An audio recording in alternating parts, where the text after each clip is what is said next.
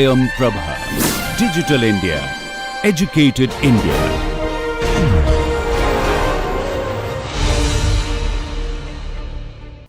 Hello students, welcome to today's lecture.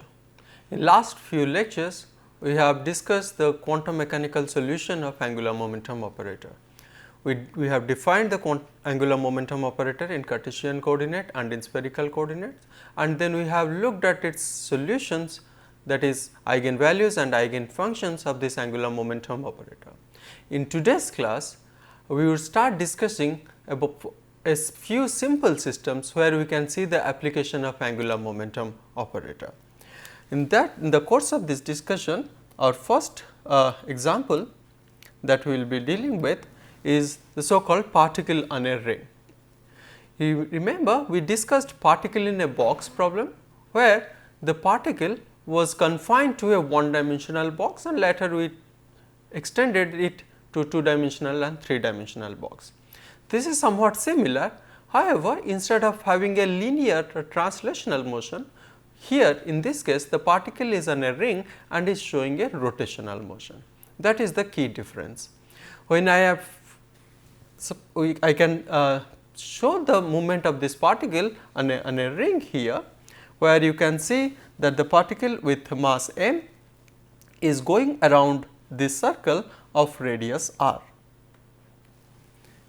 When this happens, you can see that if I define this axis as my x axis, the particle while going around this ring, it makes an angle phi with respect to x axis, the Cartesian axis x. So, this value of phi will be from 0 to 2 pi.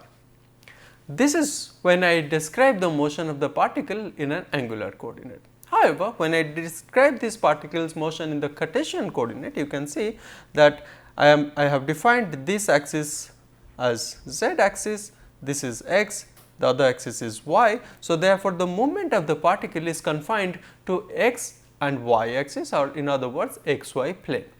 So, for such a system, if I have to write down the Hamiltonian of the system, because I want to solve this problem quantum mechanically, the particle and a ring problem. So, I would start by writing down the Hamiltonian. The Hamiltonian will have two terms, one kinetic energy term, another potential energy term. Remember, this Hamiltonian is the overall energy operator, and what I am saying here is that the energy will have two components, one coming from the kinetic energy, because there is a particle which is going around, which is showing some movement, and then there is the potential energy. Like the particle in a one dimensional box problem, we would assume that this particle, when it goes around this ring, it experiences no other interaction. So, therefore, its net potential energy is 0. So, therefore, my Hamiltonian has only kinetic energy operator, because I define my potential energy as 0. So, suppose this is we are assuming that this is an isolated particle, it experiences no other external potential. So, this is my kinetic energy operator. Given the mass of the particle, I can write down the Hamiltonian now in h square by 2 h bar square by 2 m. Here m is the mass of this particle, and then I have d square by dx square plus d square by dy square. I am stopping here with x and y because I see the movement of the particle is all in the xy plane. So, that since the z axis is not activated here in this problem, so therefore, I am writing down the kinetic energy as minus h square by 2 m and the square second derivative with respect to x, second derivative with respect to y. Please note, since I have both x and y axis are operational, so therefore, instead of using a normal derivative, I am using partial differentiation over here.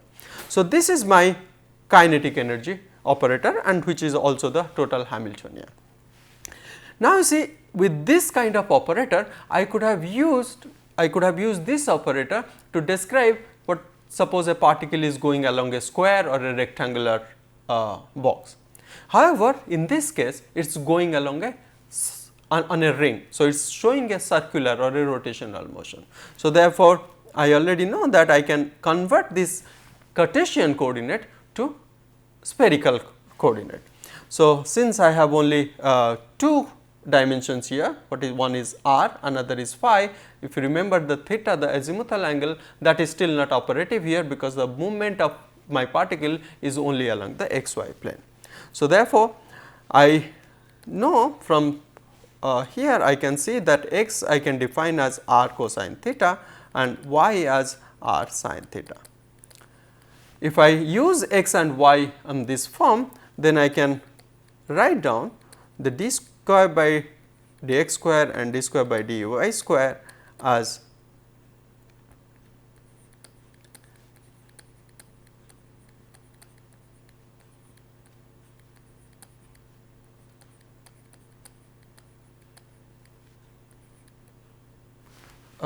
forgive me, here this should have been phi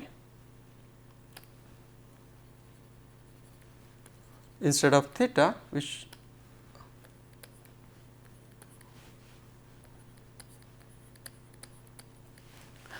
so x is given as r cos phi, y is given as r sin phi, and this term which is appearing in the Hamiltonian can be shown as a combination of these 3 terms, where I see that is second derivative with respect to r, first derivative with respect to r, and second derivative with respect to phi. These r and phi are the 2 angular coordinates that I have in my system. Now, since the particle is only going around this ring of a fixed radius r, so therefore, when I have this first 2 terms in the kinetic energy operator, which requires a differentiation of with respect to r, these 2 operators are not going to give me any result, because the overall wave function has to be confined to a fixed value of r. Since the motion of the particle is on a ring with fixed radius r, so therefore, these 2 terms on the kinetic energy operator and therefore, the Hamiltonian operator can be ignored. So, when I ignore these 2 terms, the Hamiltonian that I wrote here becomes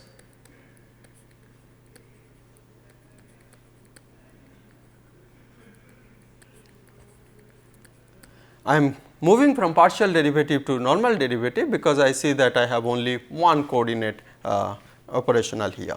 So, this is the mass of the particle, and this becomes the overall Hamiltonian of the problem. Now, we have to, when we have written down the Hamiltonian, we would now like to solve this problem quantum mechanically. So, to do this, I would write down the corresponding Schrodinger equation. Suppose I say this is the Hamiltonian. Suppose my psi is the eigen function with an eigen value of E. So, I am writing down the Schrodinger equation corresponding to this operator Hamiltonian.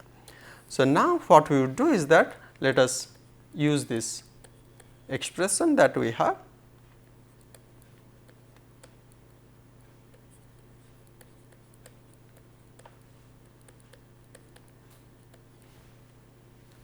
Or we can simplify this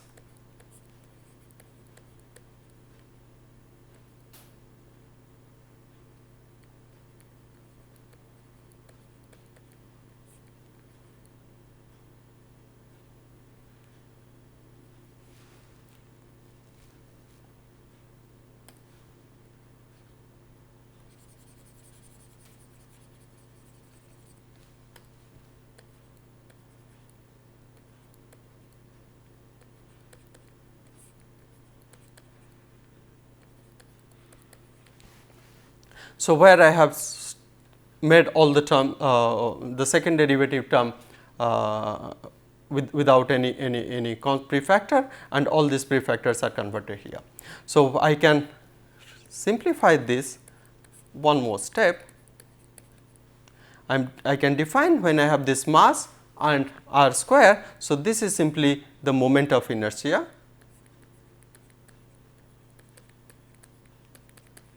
where I the moment of inertia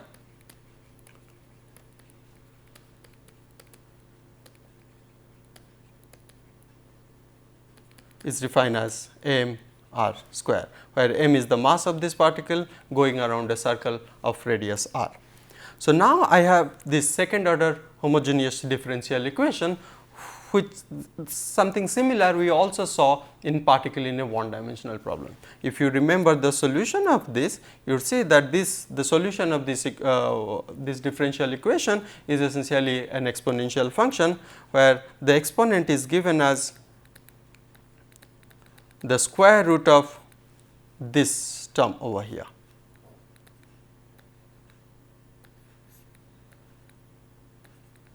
Multiplied by the coordinate. So, this is one solution. The other solution could be the negative of it, simply. So, now I got two possible solutions. I could write this as e to the power plus or minus I, this term over here, and phi, where phi is the angular coordinate of my system. So, here, since I have such a big term here, I would replace this function by, I will give a somewhat a shorter name to it.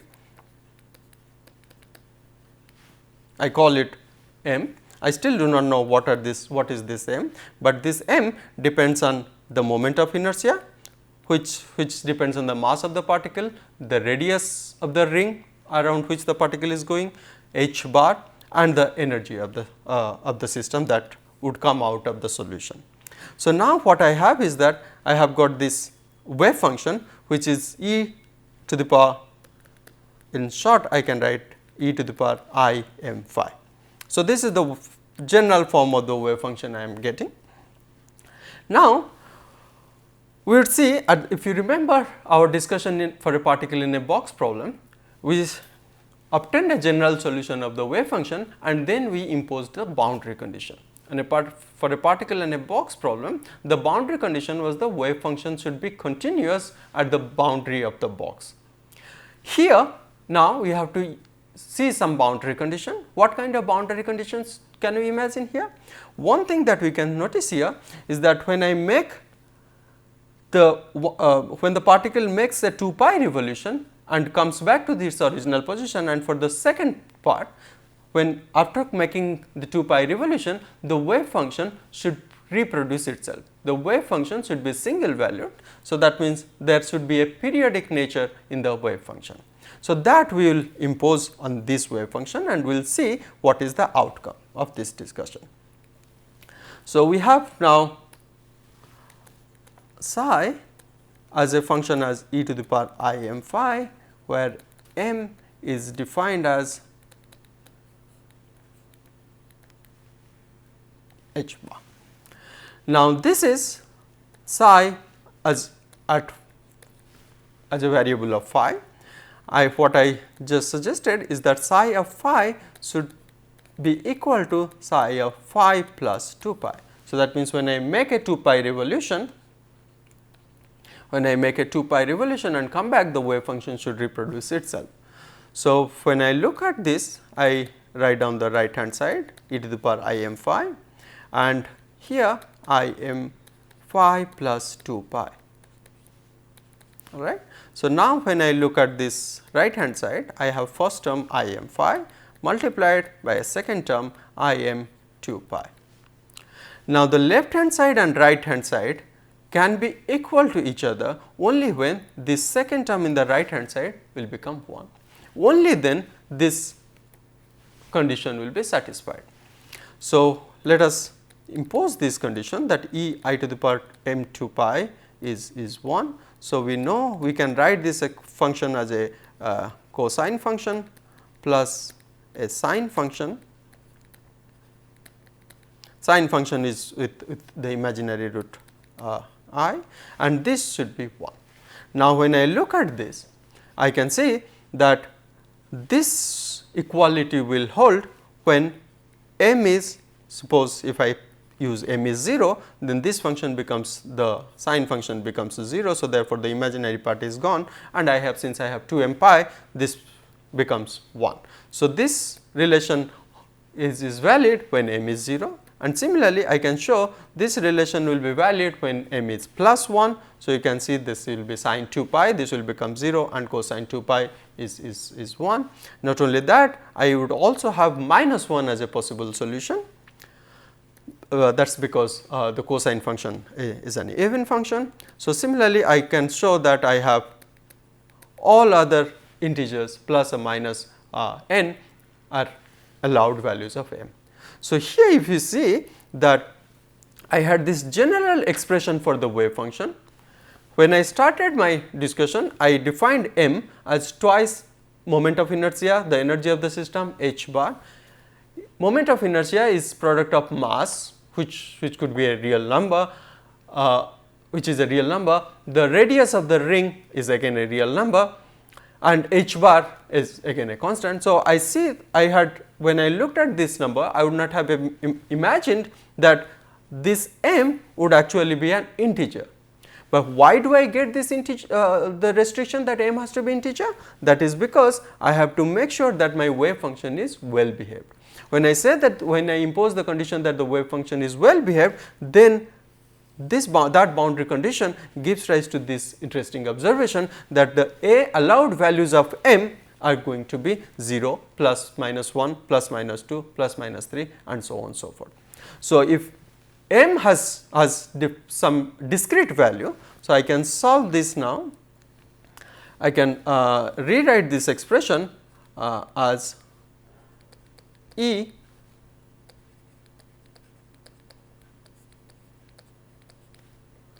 where m is 0, plus minus 1, plus minus 2, and so on and so forth.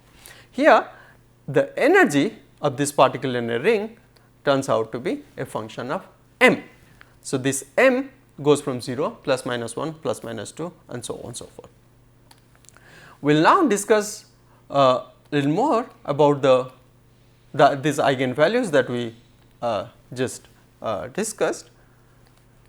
So, we saw E m is m square h bar square divided by 2I, where m is 0, plus minus 1, plus minus 2, and so on and so forth.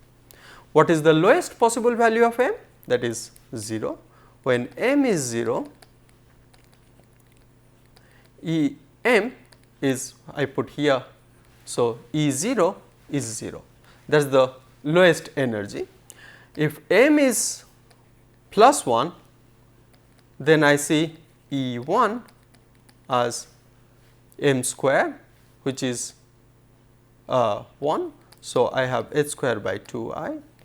You see, when I put m as minus 1 instead of using m as plus 1. So, in that case also, since the energy has m square, so I will have E of minus 1 as same as E of plus 1, which is h bar square divided by 2I.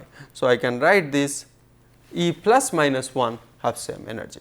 So, now I have one energy level where there are two different eigenfunctions. So, this energy level is twofold degenerate. Similarly, I can see when m is 2 or m is minus 2, I would have the same energy, that would be m square, which is 4 h bar square 2I. Again, this energy level is doubly degenerate.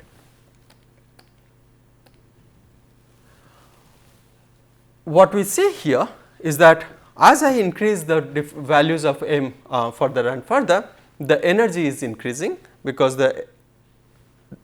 this will simply become m square multiplied by this constant. This is a constant because h bar is the universal constant and I is a constant for the particular problem in our hand. So, therefore, the energy of the system would keep on increasing as I increase m value, but no matter what value of m I take, as long as m is not equal to 0, the energy levels are going to be twofold degenerate, or they are going to be doubly degenerate. What does that mean? When I look at the lowest energy level E 0 as 0, so here this I can say this is the lowest possible energy. So, I call this as 0 point energy. Now, you see we have a system whose 0 point energy is 0. When the energy of this system is 0, what does it mean? This simply means, remember, this energy that we have now is coming exclusively from the kinetic energy, because we have no other potential energy. So, therefore, if the energy of the system is 0, that means the kinetic energy of the system is 0, that means the particle is at rest, or it is the particle is stationary. So, the 0 point energy simply means when the particle is not moving, it is at rest at one point of the on the ring. But when I go to higher values of m, that would indicate that the particle is moving with higher kinetic energy, because as I see, as m goes up and up, I would observe that the energy of the particle is increasing. The particle in a ring moves around the ring with higher kinetic energy. But how do I interpret this twofold degeneracy of the energy level? I can say that when for any value of m which is not equal to 0, the particle, when it is moving around the ring, it can either move in clockwise fashion or anti-clockwise fashion. While moving at clockwise or anti-clockwise motion, the particle can have the same kinetic energy or same magnitude of angular momentum operator. So, keeping the same magnitude of angular momentum and same kinetic energy, the particle can show two different type of motion. One is clockwise motion, another is anti-clockwise motion, and this is seen for higher values of m. The higher values of m has simple effect that the particle now moves at higher speed.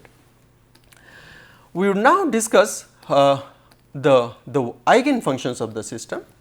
The eigenfunctions that we obtain are e to the power I m phi, where phi would go from 0 to 2 pi when the particle makes a complete revolution. But this function is not normalized yet. We will see how we can normalize it. So, this is psi star phi, psi of phi, d phi, and the phi goes from 0 to 2 pi. So, psi is e to the power I m phi, the psi complex conjugate will become e to the power minus I m phi. So, therefore, e to the power minus I m phi, e to the power I m phi, that will become 1. So, I have simply d phi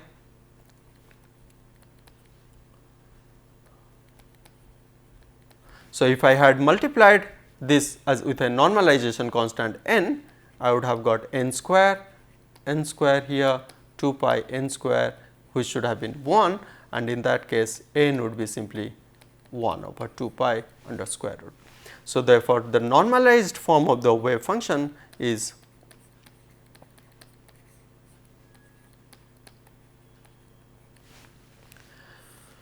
now.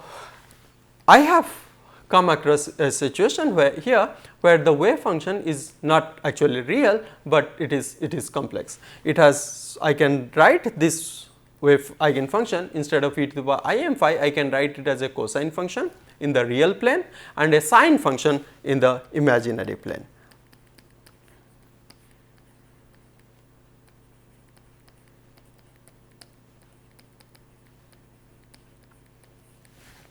So, I have a cosine function in the real plane and a sine function in the imaginary plane, and together I have this. So, but the eigenfunction of this particle in a ring problem is an imaginary function. I provided a visual display of the eigenfunction of particle in a box or harmonic oscillator. Now, if I want to do this for particle in a ring problem, how would I do this? Suppose instead of showing it in a ring, I unwrap that ring and stretch the ring to stretch the ring to a straight line, so that it goes from 0 to 2 pi, and at the center I have pi, and here it is pi by 2 and 3 pi by 2.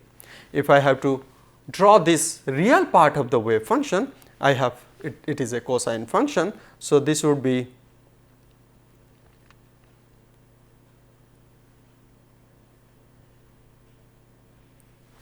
this is the cosine function, where at pi when phi is pi, the function is minus 1, and at when phi is 2 pi or phi is 0, the function is at plus 1. I can, if I have to draw the sine function, the imaginary part of the wave function, it would be simply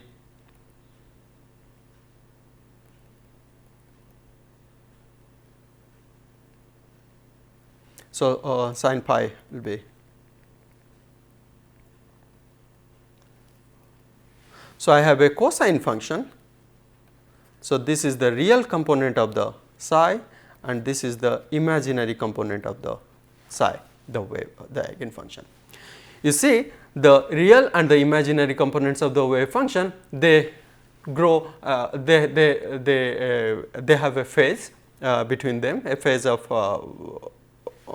pi by 2 in them. What you also notice is that where the the imaginary part is 0, the real part attains its maximum amplitude.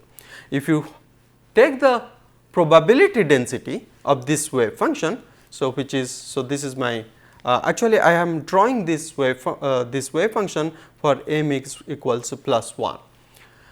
So, if I have to draw the if I have to find out the probability density of this function, you would see that I have 1 over 2 pi e to the power I m phi, which is simply 1 over 2 pi. That means, the probability density of the wave function is does not depend on the angular coordinate phi, it simply remains the remains constant throughout the region. This is an important point. Other thing that you must remember is that when I increase the value of m, when I go to m equals 2 or m equals 3, you would see that I will have to fit in more and more number of wavelengths within the same length 0 to 2 pi. So, that means, for higher values of m, I will develop more number of nodes. Another important feature of this wave function is that when I know that this wave function comes back to its own form after 2 pi revolution. What happens if I change the wave function instead of 2 pi revolution, if I do it for pi revolution? So, I see that I will have e to the power I m phi multiplied by e to the power I m pi. Now, e to the power I m pi, if I had e to the power I m 2 pi, this function would have been plus 1 all the time, but e to the power I m pi is plus 1 when m is even and minus 1 when m is odd. So, that means, for an odd function, for an odd value of m, the wave function will be negative of itself after 180 degree of rotation. You can see this feature over here when I am plotting the real part of, suppose I am plotting the real part of the wave function corresponding to m equals 1. After pi revolution, I would be, if I start my point over here, after pi revolution, I would be at this point. So, I see that the wave function is negative of itself after 1 pi revolution, after 180 degree. But when I make 2 pi revolution, of course, the wave function is going to get back to its normal form. So, in today's lecture, we discussed about one important application of angular momentum operator, that is particle in a ring. We discussed its eigenfunctions and eigenvalues. We will continue our discussion on applications of angular momentum operator and other simple systems in our future classes. Thank you for your attention.